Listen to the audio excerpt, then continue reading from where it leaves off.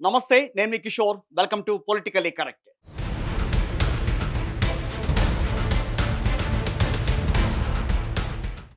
బాహుబలిలో ఓ సీన్ ఉంటుంది. మాహిష్మతిలోకి ప్రభాస్ ఎంట్రీతో అక్కడ సీన్ ఒక్కసారిగా మారిపోతుంది. విలన్ భల్లాల దేవుడి ముందే అక్కడున్న ప్రజలంతా బాహుబలి, బాహుబలి, బాహుబలి అని ఆ సింహాసనం దద్దరిల్లేలా అరుస్తారు. ఆ నినాదాలకు అక్కడ భూమి కూడా కంపిస్తుంది. శత్రువు గుండెల్లో వణుకు పుట్టిస్తుంది. ఈ సీన్ సినిమాల్లో వేరే లెవెల్‌లో ఉంటుంది. ఇదే రేంజ్ సీన్ మరోసారి రిపీట్ అయింది. అయితే అది సినిమాల్లో కాదు, నిజ జీవితంలో. అక్కడ హీరో ఉన్నాడు. కానీ ఏ డైరెక్టర్ గూడా లేడు. 'బాహుబలిని' తలపించేలా, ఆ క్రేజ్‌కు ప్రత్యర్థులు గూడా భయపడేలా, అభిమానులకు గూస్ బంప్స్ తెప్పించేలా ఆయన ఎంట్రీతో ఆ ప్రాంతమే దద్దరిల్లిపోయింది. అక్కడికి ఎంట్రీ ఇచ్చింది రీల్ హీరో కాదు, రియల్ హీరో. ఆయనే mass leader KTR alias Kalvakuntla Taraka Ramarao.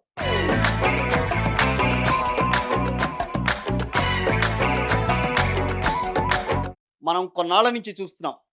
KTR పై కాంగ్రెస్ పార్టీ ప్రభుత్వం ఏర్పడినప్పటి నుంచి చేయని దుష్ప్రచారం లేదు. ప్రజల్లో వీలైనంతగా ఆయన్ను డ్యామేజ్ చేయాలని ఎన్నో కుట్రలకు తెరలేపింది. అధికారంలోకి వచ్చిన తర్వాత కాదు కదా, అంతకు ముందు నుంచే ఈ గేమ్ను స్టార్ట్ చేసిందని చెప్పుకోవచ్చు. ఇక అధికారంలోకి వచ్చిన తర్వాత దాన్ని మరో లెవెల్‌కి తీసుకెళ్ళింది. సోషల్ మీడియాని అడ్డం పెట్టుకుని ఇష్టం వచ్చిన కథనాలు వండివారు చేసింది. ఏ ఒక్కటైనా వర్కౌట్ కాకపోతుందా? జనాల్లో కేటీఆర్ ఇమేజ్ డ్యామేజ్ అవ్వకపోతుందా అని గంపెడాశలతో వేయకూడని వేషాలన్నీ వేసింది. ఈ కుటిల రాజకీయాల్లో తాత్కాలిక విజయం కూడా సాధించింది కాంగ్రెస్. ఇవన్నీ కల్పించిన కథనాలు, కల్పిత కథనాలు. సినిమాలను తలదన్నే స్టోరీలతో క్రియేట్ చేసిన స్టోరీలు అని తెలియక కొందరు నిజమనుకునే నమ్మేశారు కూడా. అయితే అవన్నీ కుట్రలని, వాటి వెనుక ఉన్నవన్నీ దురుద్దేశాలే అని తెలియడానికి ఎక్కువ టైం అయితే పట్టలేదు. ఆ టైం అయితే వచ్చింది. అందరికీ నిజాలు తెలిసాయి. అంతే. ఇక అక్కడి నుంచి సీన్ ఒక్కసారిగా మారిపోయింది. కాంగ్రెస్, బీజేపీ ఎంత వ్యక్తిత్వ హననానికి పాల్పడాలని చూశాయో అంతకు మించి ప్రజల్లో కేటీఆర్‌కు ఆదరణ పెరుగుతూ పోయింది. తెలంగాణలో మాస్ లీడర్‌గా ప్రజల కష్టాల గురించి అనర్గళంగా మాట్లాడుతూ ప్రభుత్వ వైఫల్యాలను తనదైన శైలిలో తీసుకెళ్లే కేటీఆర్‌ను తెలంగాణ ప్రజలు కూడా ఓన్ చేసుకున్నారు. ఆయన ఎక్కడికెళ్ళినా, ఏ కార్యక్రమానికి అటెండ్ అయినా జన సందోహం, అభిమానుల హడావిడి ఖచ్చితంగా కనిపిస్తూనే ఉంటాయి. అంతటి ఆదరణను, మాస్ ఇమేజ్‌ను సొంతం చేసుకున్నారు కేటీఆర్.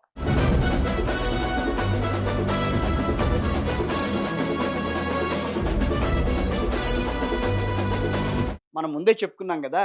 కేటీఆర్ ఎక్కడికెళ్ళినా జనం ఆయన్ను చూసేందుకే తరలివస్తారు. కానీ దాన్ని గూడా తక్కువ చేసేందుకు యత్నించింది Congress party social media. PR stunt అని కొట్టిపారేసింది. కేటీఆర్‌ను చూసిన ఉత్సాహంలో ఎవరైనా సెల్ఫీల కోసం ప్రయత్నిస్తే వాళ్ళంతా పెయిడ్ ఆర్టిస్టులు అని గూడా విమర్శించింది. అవన్నీ పీఆర్ స్టంట్‌లే అని అనుకుందాం కాసేపు. సెల్ఫీల కోసం బీఆర్ఎస్సే ఏర్పాటు చేసిందనే అనుకుందాం. కాసేపు ఇవన్నీ నిజమే అని నమ్ముదాం. కానీ ఈ సీన్, మీరు చూస్తున్న ఈ సీన్ ఎక్కడ రిపీట్ అయిందో తెలుసా? కేటీఆర్‌ను చూసి సెల్ఫీల కోసం ఎగబడింది ఎవరో తెలుసా?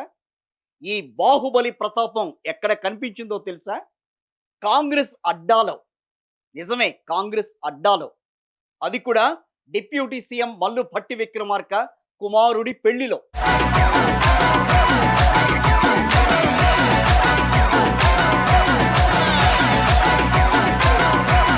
సెల్ఫీల కోసం వెంపర్లాడింది ఎవరో తెలుసా? కాంగ్రెస్‌కు చెందిన కార్యకర్తలే.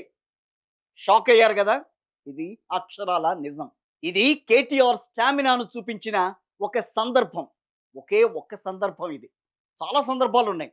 ఒక సందర్భం గురించే మనం మాట్లాడుకుంటున్నాం ఇక్కడ. అందరిలాగానే కేటీఆర్ గూడా ఆ పెళ్ళికి అటెండ్ అయ్యారు. అప్పటికే అక్కడ హేమ హేమీలున్నారు. కాంగ్రెస్ పార్టీ అధ్యక్షుడు మల్లికార్జున ఖర్గేతో మొదలుపెడితే రాష్ట్ర పార్టీ నాయకుల వరకు అందరూ ఆ పెళ్ళికెళ్లారు. కానీ కేటీఆర్ ఎంటర్ అయిన తర్వాత సీన్ ఒక్కసారిగా మారిపోయింది. కేటీఆర్ నామస్మరణతో ఆ ప్రాంతం అంతా మారుమోగిపోయింది. చిన్నా పెద్ద అనే తేడా లేదు, పార్టీలతో సంబంధము లేదు. దాదాపు ప్రతి ఒక్కరు కూడా ఆయన సెల్ఫీల కోసం ఎగబడ్డారు.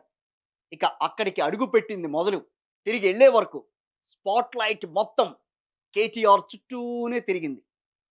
ఆ రేంజ్‌లో హైలైట్ అయ్యారు కేటీఆర్ అలియాస్ కల్వకుంట్ల తారక రామారావు.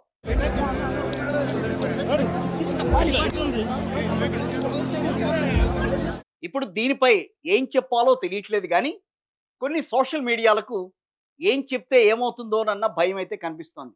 ఎందుకనంటే, దీన్ని ఎలా మైనస్ చేయాలో గూడా ప్రస్తుతం వారికి అర్థం కావట్లేదని అనిపిస్తోంది. ఎందుకనంటే, అది ఎక్కడో జరుగుంటే, మనం ఇందాకడ దాకా మాట్లాడుకున్న దానికి మనం దాన్నక్కడ పెట్టుకోవచ్చు. కానీ ఇక్కడ అలా గాదు గదా! తెలంగాణ భవన్‌లో గాదు. బీఆర్ఎస్ మీటింగు అంతకంటే కాదు. అయినా సరే, కేటీఆర్ క్రేజ్ అనేది ఏ రేంజ్‌లో ఉందో ఆ ఒక్క ఇన్సిడెంట్‌లో తేలిపోయింది. అయితే ప్రస్తుతం అధికార పక్షంలో ఉన్న కాంగ్రెస్‌కు అర్థం కావాల్సింది ఒక్కటే. ఇప్పుడు అధికారంలో అయితే ఉన్నారు. వారికి గ్రౌండ్ రియాలిటీ మాత్రం ఎక్కడా తెలియట్లేదని చెప్పుకోవాలి. కొంత రాజకీయంలోకి వెళ్దాం మనం. ఎందుకనంటే కింద ఉండాల్సిన గ్రౌండ్ మొత్తం పోతోంది.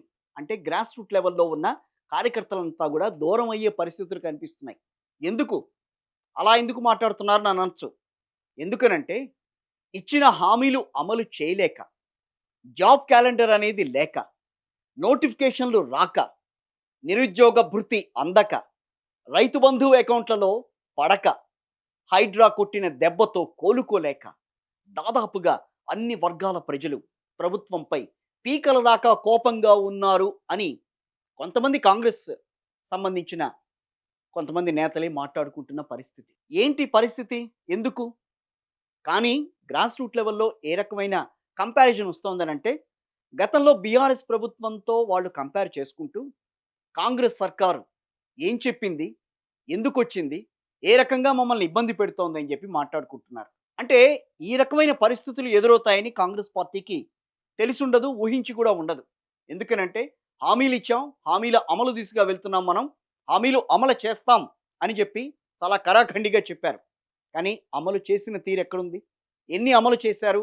అనే మాటలైతే మాత్రం గ్రామాల్లో వినిపిస్తున్న పరిస్థితి. ఈ పరిస్థితుల నేపథ్యంలోనే ప్రజల్లోకి కాంగ్రెస్ కార్యకర్తలు వెళ్ళాలనంటే గూడా చాలా ఇబ్బందికరమైన పరిస్థితి ఉందని చెప్పి అంటున్నారు. వెళ్ళలేక ఆ రూట్ లెవెల్‌లో పార్టీ ఒక రకంగా చెప్పాలంటే దీనావస్థితి చేరుకుంటోంది. ఒకవేళ ఇలాగే గనక కంటిన్యూ అయితే మనం ఎప్పుడు గూడా పాజిటివ్‌నే ఆలోచిద్దాం. నెగెటివ్ వద్దు మనకిక్కడ.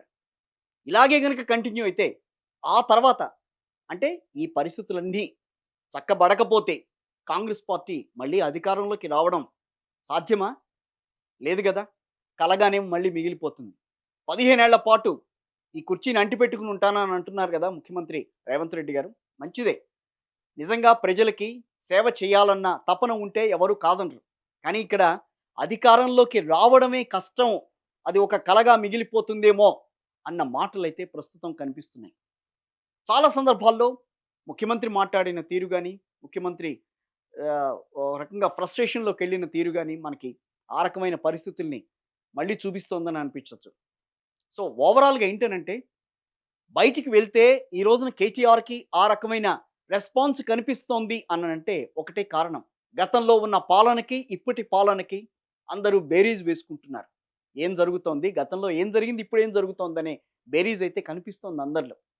నేచురల్‌గానే గతంలో బాగా చేశారని అనుకున్న వాళ్ళని అందలం ఎక్కిస్తారు ఎప్పుడు గూడా ప్రజలు. ఎందుకంటే మనది ప్రజాస్వామ్య ప్రభుత్వం. కాంగ్రెస్ పార్టీ మళ్ళీ అధికారంలోకి రావాలంటే మాత్రం ఇలాంటి సందర్భాలు వాటిని చక్కదిద్దుకోవాల్సిన అవసరం ఎంతైనా ఉంది. ఇది వాల్టి మన పొలిటికల్లీ కరెక్ట్.